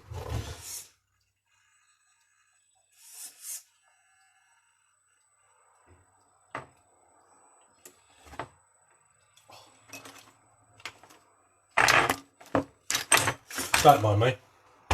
So, what do you think of that? What do you think of today's live feed? We learnt some stuff. We set up the light kit. We set up the truck. That can be turned off now. We set up the truck. We tested it. Well, I mean, we tested it on a bench. It runs nice, quiet and smooth. We set our endpoints. This truck essentially is a runner. It's only now finishing off the cosmetic stuff. The engine cover. I've got to do more than that. I'm not leaving it like that. So I've got to do the engine cover. And I think that's it. Then this truck will be out on the trails. Rodney's joined us just when I'm about to close shop. There's always someone. Jamie, that's it. I'm getting the 1080 next page. Jamie, right. Before we finish up the feed, where's my controller? I haven't got it anymore because I give it to Oscar. I think. I thought I had more. Anyway, with your tactic, I need a drink. With your tactic radio to set your endpoints, I believe You hold the steering wheel all the way to the right, hold the throttle flat out, then turn the radio on. The light on top will flash about 5 times, and then you let go of everything, right? Then you hold the steering to the right, and you use the third channel buttons. The top button will put it more to the right, the lower button will bring it back. Once you've got that, you bring your steering to the left, and you use the top button to go further back, the bottom button to bring it further in. So once you've set them, you let go of the steering wheel, turn it off, and it saves the settings. Then turn it on and your endpoint should be set. That's how you do it. So hopefully that helps you. I know those Technic radios inside and out. I wish I didn't, but I do. All right, lovely. Well, thanks for watching, everyone that came. We had pretty good numbers. Give it a share. There might be some people out there that find this stuff amusing, and I'm sure there's stuff they probably could learn from today's shenanigans. Like, one, do not call people while they're doing your live feed. Tony. If anyone's interested in the cross truck, Robert Mazza, send him a message, tell him you're from BCRC, tell him I sent you. He'll do his best to look after you. I can't guarantee you're going to get some great big discount, but Rob will do his best to look after you, and he's by far the best after-sales service you'll get for these trucks. I mean, how could you not want one? They're epic. All right, that's it. We're going to call this one a live feed. I don't know where the next one will be. The way things are going, tomorrow. It's not going to be tomorrow. It's not going to be tomorrow. Anyway, all right. Take care. Have fun. Give it a share, and we'll see you on the next one. Thanks for stopping by. Beep.